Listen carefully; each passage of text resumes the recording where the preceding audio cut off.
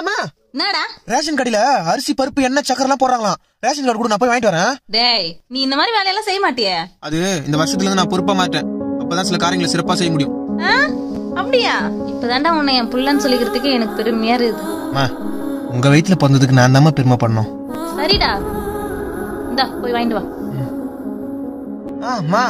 அப்படியே ரேஷன் கடையில பொங்கல்ன்றதுனால 1000 ரூபாயும் தராங்க. நான் அப்படியே அந்த 1000 ரூபாய் வாங்கிட்டு போயிட்டு பொங்கலுக்கு ட்ரெஸ் எடுத்துக்கிட்டுமா? எது சனி முடிச்சவன குடுற அப்படி. வீட்ல ஏகப்பட்ட செலவு இருக்குது, பொங்கலுக்கு ட்ரெஸ் எடுத்துக்க போறான். பொங்கல்ட்ட வாங்கிட்டு போறா.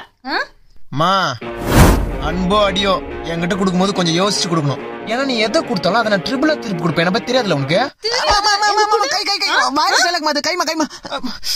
ரேஷன் கார்டு கொடுப்பியா கொடுக்க மாட்டியா நீ? இந்தா இப்படியாவது போ. உங்க அப்பாக்கும் பொறுப்பு இல்ல, உனக்கும் பொறுப்பு இல்ல. குடும்பம்னா குறை இருக்கும் தான், ஆனா நமக்குன்னு இருக்கிறது ஒரே ஒரு குடும்பம் தான். டேய்